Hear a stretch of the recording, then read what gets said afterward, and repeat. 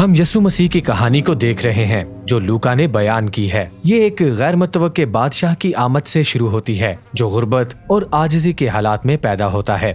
پھر ہم نے یسوع مسیح کو ایک استاد اور نبی کے روپ میں دیکھا۔ اس نے جا کر بنی اسرائیل میں منادی کی کہ لوگ زندگی کے اصل راستے کی طرف آئیں، جہاں دشمن دوست بن جاتے ہیں، غریبوں کا خیال رکھا جاتا ہے، جہاں لوگ اپنی ناکامیوں کی معافی پاتے ہیں۔ وہ شہر شہر جا کر لوگوں کو اپنے پیچھے چلنے اور اس الگ طریقے سے خدا کی حاکمیت کے تحت زندگی بسر کرنے کی دعوت دیتا رہا ہے، اور اس نے بہت سے نشان اور معجزات دکھائے۔ بس بہت سے اسرائیلیوں کو امید ہونے لگی تھی کہ وہ بنی اسرائیل کو رومیوں سے نجات دلائے گا اور امن و انصاف کی ایک نئی بادشاہت قائم کرے گا۔ مختصر یہ کہ وہ خدا کی بادشاہت لائے گا۔ اب اس زمانے کے مذہبی رہنما بھی خدا کی بادشاہی کے قائم ہونے کی امید کر رہے تھے، لیکن ان کے لیے یسوع مسیح کا پیغام ایک خطرہ تھا۔ جی ہاں، انہیں یہ توقع تھی کہ جب یہ سب ہوتا ہے تو اقتدار اور وقار انہی کا ہوگا، مگر یسوع مسیح نے فرمایا کہ خدا کی بادشاہی غریبوں، اجنبیوں کی ہے اور طاقت کا اصل مطلب محبت میں دوسروں کی خدمت کرنا ہے۔ اس وقت یہ تنازع شدت اختیار کر گیا جب یسوع مسیح نے یروشلم میں آ کر ہیکل میں قربانی کے لیے بیچے جانے والے جانوروں کو نکالا اور اسرائیل کے سرداروں کو ڈاکو قرار دیا۔ لہٰذا انہوں نے یسوع مسیح کو گرفتار کر لیا اور رومی حکمران کے سامنے لے جا کر الزام لگایا کہ یہ ایک باغی بادشاہ ہے۔ یسوع مسیح کو قتل کے لیے حوالہ کر دیا گیا، حالانکہ وہ بے گناہ تھا۔ پھر اسے شہر کے باہر لے گئے اور جھوٹے الزام میں اسے قتل کر دیا گیا۔ اور اس طرح ہم لوکا کی انجیل کے آخری حصے تک آ پہنچتے ہیں۔ وہاں یوسف نامی ایک مذہبی رہنما تھا جو یسوع مسیح کی مصلوبیت کے خلاف تھا۔ پھر اس نے یسوع مسیح کی لاش مانگی تاکہ اسے ایک قریبی قبر میں دفن کیا جا سکے۔ اور پھر 2 دن بعد یسوع مسیح کی چند پیروکار عورتیں قبر پر آئیں اور دیکھا کہ قبر کھلی تھی اور خالی تھی، اور ان کا سامنا پراسرار شخصیات سے ہوا جو بتا رہے تھے کہ یسوع مسیح مردوں میں سے جی اٹھا تھا۔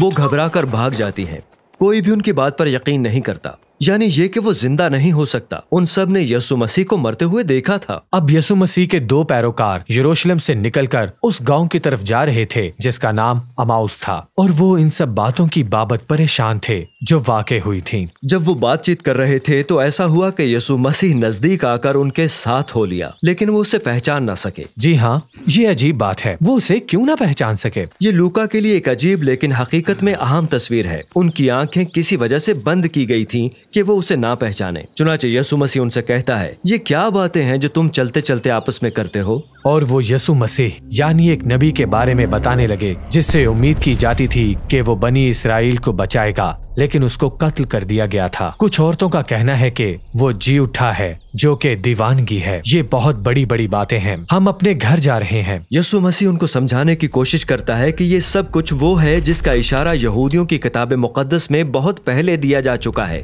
کہ بنی اسرائیل کو ایک بادشاہ کی ضرورت ہے جس کو اصلی چوروں اور ڈاکوؤں کے خاطر مجرم بنایا جائے گا، اور وہ دکھ اٹھائے گا اور مارا جائے گا، اور پھر اس کے جی اٹھنے کے باعث اس کی تصدیق ہو جائے گی۔ پھر یسوع مسیح یہ بات قبول کرنے والوں کو حقیقی زندگی دے گا۔ لیکن ابھی تک یہ بات سمجھ میں نہیں آ رہی، وہ ہمیشہ کی طرح الجھن کا شکار ہے۔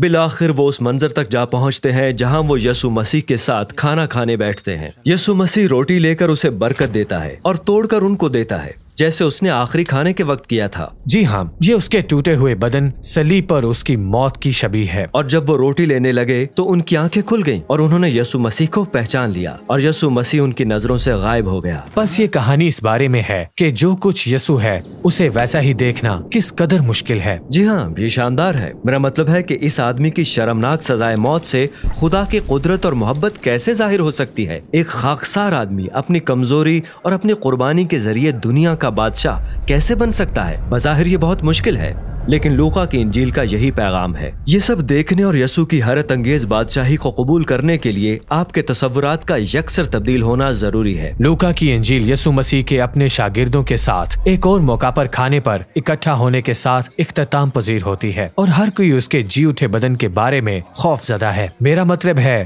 وہ اب بھی انسان ہے، لیکن اس سے بڑھ کر بھی۔ جی، وہ ایک طرف سے موت میں داخل ہوا اور دوسری طرف سے زندہ چلتا ہوا نئی تخلیق کی باتیں کرتا ہوا باہر آ گیا۔ اور پھر یسوع مسیح ان کو بتاتا ہے کہ میں تم کو وہی الہی اختیار دینے والا ہوں جس نے مجھے قائم رکھا، تاکہ تم لوگ باہر جاؤ اور دوسرے لوگوں کو خدا کی بادشاہی کی خوشخبری سنا سکو۔